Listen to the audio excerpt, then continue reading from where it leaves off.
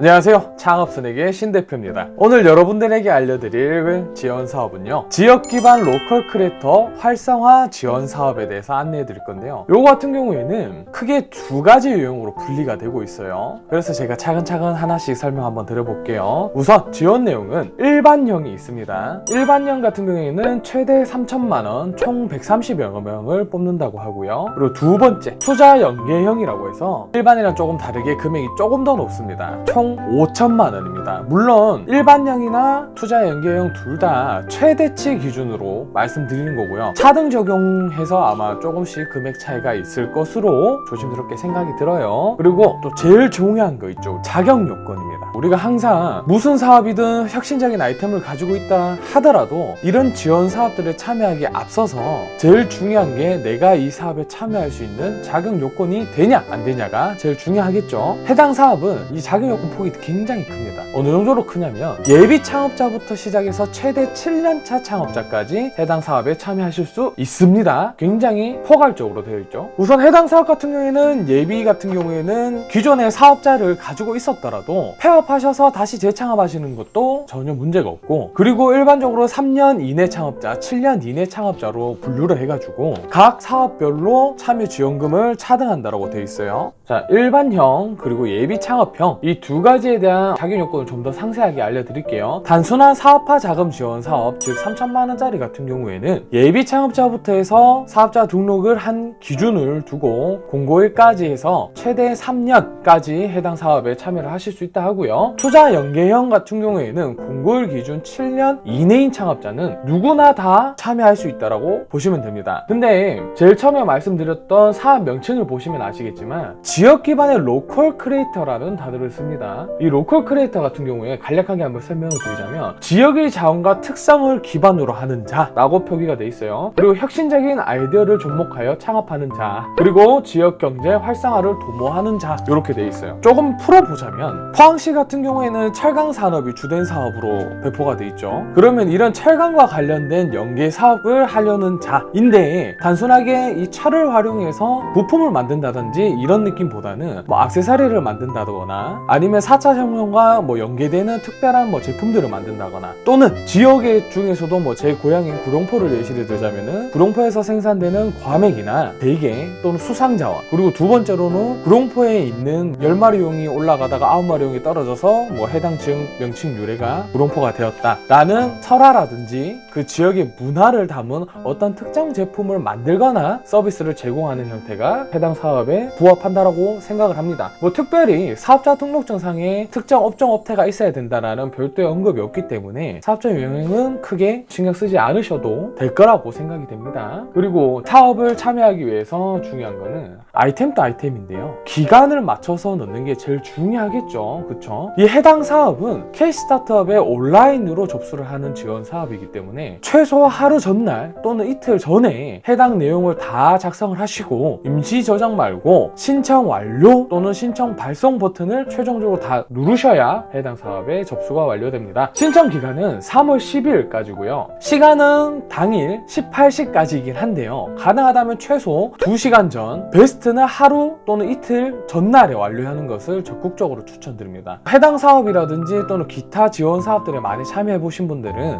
잘 아실 거예요. K-스타트업이 국가에서 운영하는 사업인데도 불구하고 이런 지원 사업들이 많아서 몰리게 되면 터집니다. 서버가 터져버려요. 시간은 남아있는데 접수를 못하는 사례가 발생됩니다. 뭐 그 중에는 이런 것들을 감안해서 신청기간 하루 연장해준다거나 이런 경우도 있는데, 대부분은 그 시간이 지나면 접수를 받지 않아요. 그렇기 때문에 꼭 여러분들은 최소 하루 전날 접수하는 것을 좀 추천드립니다.